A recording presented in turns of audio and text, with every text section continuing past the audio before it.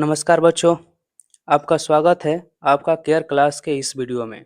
आज हम लोग क्लास 10th के त्रिभुज के प्रमेय 6.1 देखने वाले हैं, जिसको थेल्स प्रमेय के नाम से भी जाना जाता है। थेल्स प्रमेय जो है आपके एग्जाम में प्रत्येक साल लगभग पूछा ही जाता है, वो भी 6 नंबर का। यदि आप थेल्स प्रमेय को रिवीजन कर लेते हैं तो समझिए कि आपका 6 नंबर कंफर्म हो जाएगा एग्जाम के अंदर। चलिए हम इसको लाइन बाय लाइन समझाते हैं। यदि आप इस चैनल पर नए हैं तो चैनल को सब्सक्राइब कर लीजिए, बेल आइकन को दबाना नहीं भूलिएगा और वीडियो को अपने दोस्तों को पास शेयर कर दीजिए।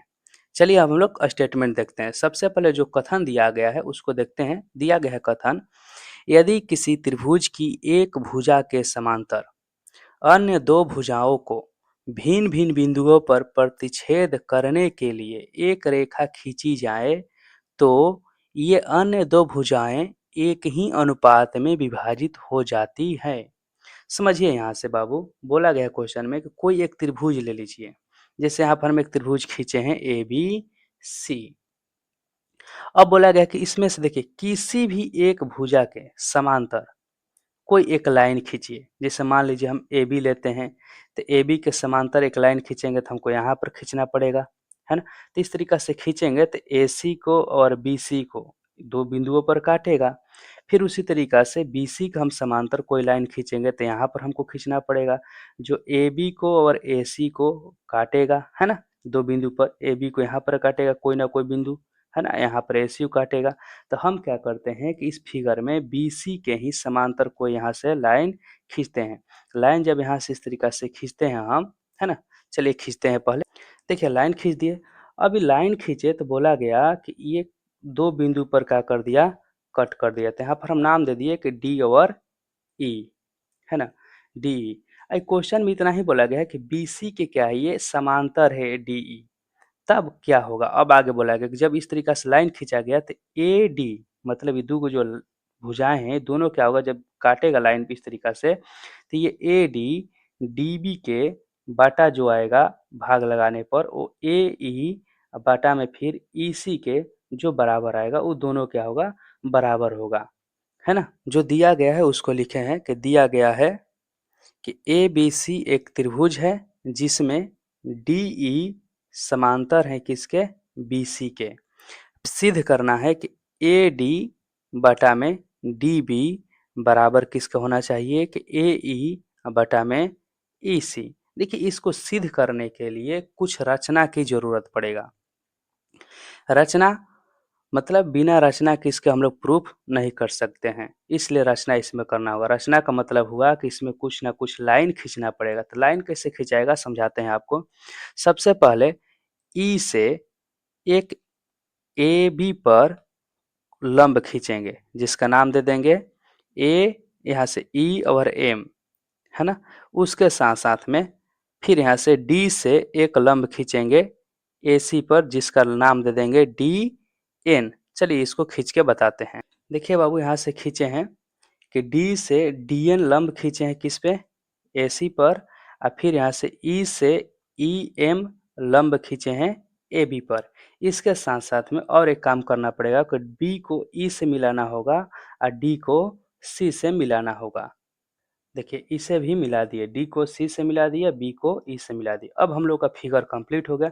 जो रचना हम लोग किए हैं उसको यहाँ पर लिखेंगे। चलिए लिख देते हैं। देखिए बाबू रचना में इस तरीका से लिखाएगा कि बिंदु डी से ए सी पर लंब डी एन तथा बिंदु ई से ए बी पर लंब ई एन खींचा। फिर उसके बाद में और डी को सी से और फिर ई को बी से मिलाया। जो कुछ हम लोग रचना में अभी किए हैं उस सब को यहाँ पर लिख लिए। ये रचना बाबू आपको याद करके रखना होगा, है ना। अब यहाँ से हम लोग प्रमाण देते हैं इसको सिद्ध करने के लिए। देखिए बाबू प्रमाण इस तरीका से लिखिए। सबसे पहले इसको प्रूफ करने का जो नियम होगा, त्रिभुज के क्षेत्रफल से हम लोग इसको प्रूफ करेंगे। तो इसलिए यहाँ पर एक त्रिभुज का क्षेत्रफल लिख देते हैं। चूंकि त्रिभुज का क्षेत्रफल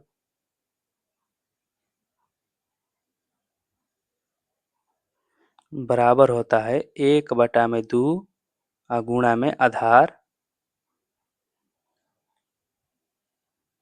और गुणा में ऊंचाई,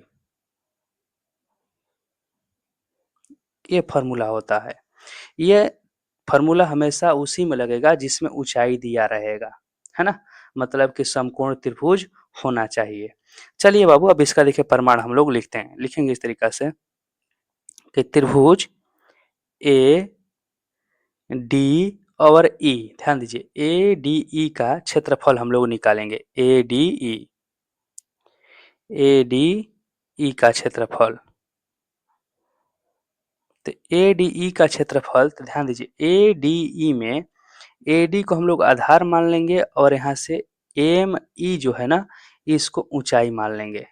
यहाँ से ए डी ई में ए डी को आधार मान लेते हैं, इसी पे सीधा सीधा है ना, ये लंब खींचे हैं तो ऊंचाई हो गया, एम ई ऊंचाई हो जाएगा। तो उसी को लिखते हैं इस तरीका से कि 1/2 आधार क्या हो जाएगा, ए डी गुणा में एम ई, है ना बाबू। फिर ध्यान दीजिए, अब दूसरा बार यहाँ से लिखेंगे त्रिभुज डी, यहाँ से B D E, B D E का क्षेत्रफल। तो इसके लिए फॉर्मूला लिखेंगे 1/2 बी डी, तो इसका भी आधार क्या हो जाएगा, बी से डी तक लेते हैं, बी डी, गुणा में, अब इसका कहे सर इसमें ऊंचाई तो नहीं दिया है, ऊंचाई दिया है बाबू, ध्यान दीजिए। रूल होता है कि किसी भी त्रिभुज के बढ़ाए गए भुजा पर जो ऊंचाई होता है उसका ही ऊंचाई माना जाता है। तो यहाँ से देखिए बी डी ई पर, तो बी डी के बढ़ाए गए, बी डी क्या है, ये बढ़ाया गया है, मान कर चलिए यहाँ तक एम तक, इस पे जो ऊंचाई होगा इसके लिए भी ऊंचाई हो जाएगा, है ना। तो इसके लिए ऊंचाई क्या ले लेंगे, एम और ई, एम ई इसके लिए भी ऊंचाई हो जाएगा, है ना। चलिए यहाँ से आपको समझाते हैं, देखिए ध्यान दीजिए। जैसे मान कर चलिए कि ए बी सी एक त्रिभुज है। अब हम आपसे कहेंगे कि इसका ध्यान से देखिए कि ये ऊंचाई ए डी है ना, ए डी ऊंचाई है। तो जब आपको ए बी सी का क्षेत्रफल निकालना होगा तो आधार हम लोग लेंगे पूरा पूरा यहाँ से बी सी, तो ऊंचाई इसका क्या लेंगे, ए डी ही रखेंगे। और फिर यदि मान कर चले हम आपसे कहेंगे कि नहीं ए बी और डी इतना ही दूर का क्षेत्रफल निकालिए ए बी डी का, तो उस कंडीशन में आप क्या कीजिएगा कि ए बी डी का क्षेत्रफल निकालने के लिए आधार क्या मानिएगा, बी डी इतना दूर का, और ऊंचाई क्या हो जाएगी इसके लिए, ए डी। मतलब जब पूरा निकालना होगा तो पूरा आधार रखेंगे, है ना, आधा निकालना है तो आधा आधार रखेंगे यहाँ तक। ऊंचाई क्या रहने वाला है, सेम रहने वाला है। सेम इसी तरीका से इसमें मान कर चलिए यहाँ से कि बी एम और ई का क्षेत्रफल निकालेंगे तो आधार क्या रखेंगे हम लोग, बी एम रखेंगे, लेकिन ऊंचाई क्या हो जाएगा यहाँ से एम ई ही रहेगा। फिर बी डी ई का क्षेत्रफल निकालेंगे तो आधार क्या रखेंगे, बी डी रखेंगे, लेकिन ऊंचाई क्या रहेगा, यही एम ई रहेगा, इसीलिए यहाँ पर एम ई रख दिए हैं। अब यहाँ से लिखिए, इसलिए त्रिभुज ए डी ई का क्षेत्रफल बटा में त्रिभुज बी डी ई का क्षेत्रफल।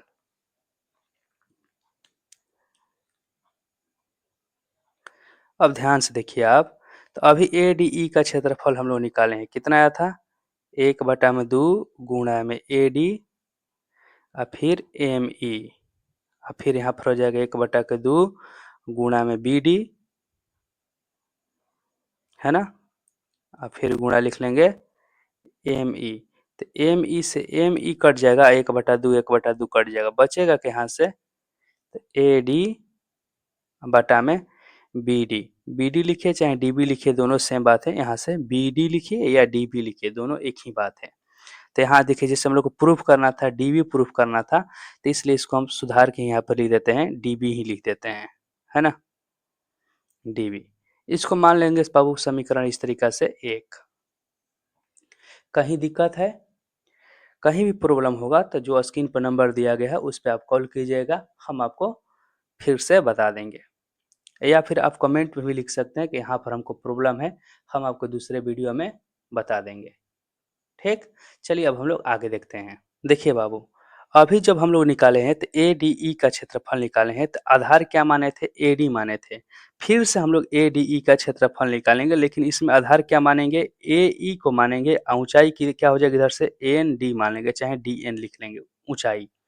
आधार क्या हो जाएगा इधर से? जैसे ADE का क्षेत्रफल निकालेंगे तो इसमें आधार मान लेंगे AE को, इधर से ऊंचाई मान लेंगे AND को। चलिए यहाँ से लिखते हैं, बताते हैं आपको। लिखेंगे इस तरीका से, पुनः त्रिभुज ADE का क्षेत्रफल। तो AD का क्षेत्रफल कितना हो जाएगा? तो 1/2। आधार क्या हो जाएगा? यहाँ से AE को ले लेंगे। क्या होगा आधार? AE। हाँ, ऊंचाई क्या लेंगे? तो इस पे देखिए ऊंचाई क्या है, यहाँ से AND है। हो गया ना? अब फिर उसी तरीका से जैसे इधर हम लोग लिए थे DBE लिए थे, तो सेम उसी तरीका से यहाँ से लेंगे CDE का क्षेत्रफल निकालेंगे।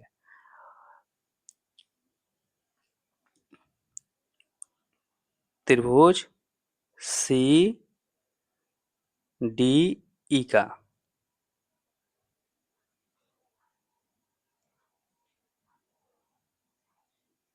तो इसके लिए फॉर्मूला वही हो जाएगा 1/2। इसका आधार क्या लेंगे? तो यहाँ से EC ले लेते हैं। आधार क्या हो जाएगा? EC, है ना? EC। इसका ऊंचाई क्या हो जाएगा? तो EC के बढ़ाए गए भुजा पर ही है ना ये ऊंचाई, तो इसी की ऊंचाई मान लेंगे हम लोग। तो क्या हो जाएगा? N और D।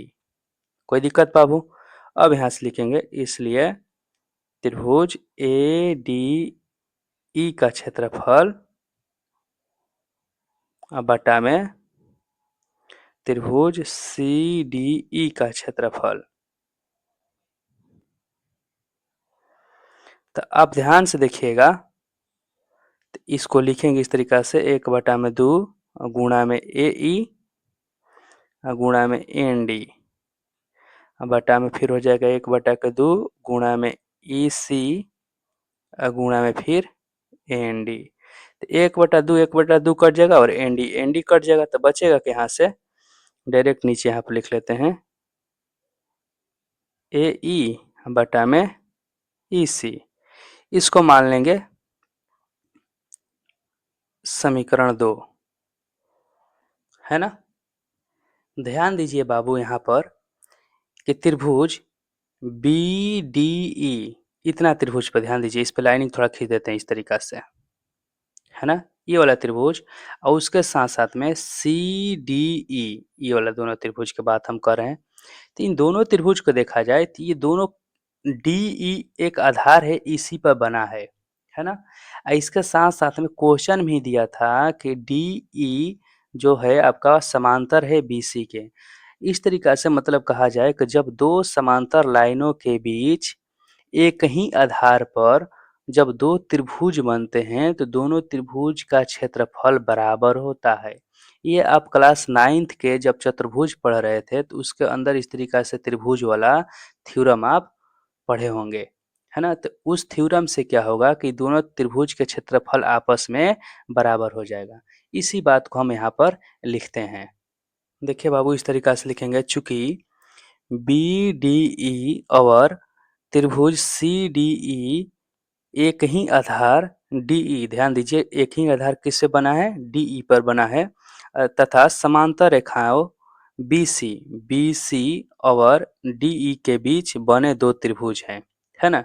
इसलिए इन दोनों का क्या होगा? क्षेत्रफल बराबर होगा। तो इस डायरेक्ट यहाँ लिख सकते हैं, इसलिए त्रिभुज BDE का क्षेत्रफल बराबर होगा त्रिभुज CDE का क्षेत्रफल, है ना? ये दोनों बराबर होगा। तब हम लोग यहाँ से एक काम करेंगे, तब इस तरीका से हम लोग लिखेंगे यहाँ से अब कि CDE के स्थान पर देखिए, यहाँ पर CDE का क्षेत्रफल जो है उसका स्थान पर क्या लिख देंगे? BDE का क्षेत्रफल। कारण क्या है बाबू कि दोनों बराबर हैं। तो यहाँ एक लाइन लिखते हैं, त्रिभुज CDE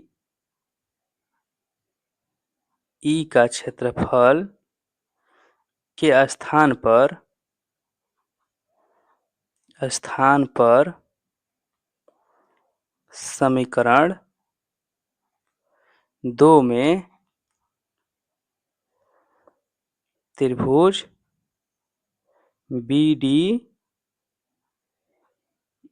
ई का क्षेत्रफल रखने पर तो जब रख देंगे तो हम लोग का क्या हो जाएगा, त्रिभुज ADE का क्षेत्रफल अब बटा में हो जाएगा यहाँ से त्रिभुज BDE का क्षेत्रफल, है ना। CDE का जो मान है आपका यहाँ पर स्पष्ट बराबर है BDE के क्षेत्रफल के बराबर है, तो वहीं यहाँ पर हम CDE के स्थान पे क्या लिख दिए, BDE का क्षेत्रफल। और जो बराबर है वो तो बराबर हम लोग का रहेगा ही, है ना। AE बटा में EC, इसको मान लेंगे समीकरण इस तरीका से 2 तक हुआ है ना, तो 3। अब यहाँ ध्यान से आप देखिए इस दोनों समीकरण को, 3 1 और 3 को, तो इसमें हम लोग लिखे हैं पहले एक में कि ADE का क्षेत्रफल बटा में क्या है, त्रिभुज BDE का क्षेत्रफल। इसमें भी वही मिल गया कि ADE का क्षेत्रफल बटा में BDE का क्षेत्रफल बराबर इसमें आया है AE बटा में EC, इसमें आया है AD बटा में DB। इसका मतलब ये हुआ कि जब ये आपका बायां पक्ष दोनों बराबर है तो दायां पक्ष भी बराबर होगा, है ना। समझ में आ रहा बाबू, मतलब ADE का क्षेत्रफल बटा में BDE का क्षेत्रफल, है ना, AE बटा में EC है, तो इसके स्थान पर हम लोग लिख सकते हैं या फिर इसके स्थान पे ये हम लोग भर सकते हैं, है ना। दोनों आसानी से क्या हो जाएगा, बराबर हो जाएगा, होगा ना। तो यहाँ से हम लोग लिख सकते हैं समीकरण, नीचे यहाँ लिख देते हैं समीकरण 1 और 3 से क्या होगा, AD बटा में DB बराबर हो जाएगा AE बटा में EC। यही तो प्रूफ करना था, इसलिए हम लोग का लिख देंगे यहाँ पर प्रूफ। ध्यान से देखिए, AD बटा में DB बराबर क्या प्रूफ करना था, AE बटा में EC, सेम यही आ गया, है ना। देखिए आपको कहीं भी प्रॉब्लम होता है तो जो स्क्रीन पर नंबर दिया गया है उस पर आप कॉल कीजिएगा, हम आपको फिर से बता देंगे। चलिए मिलते हैं नेक्स्ट वीडियो में नेक्स्ट थ्योरम के साथ। Thank you Babu.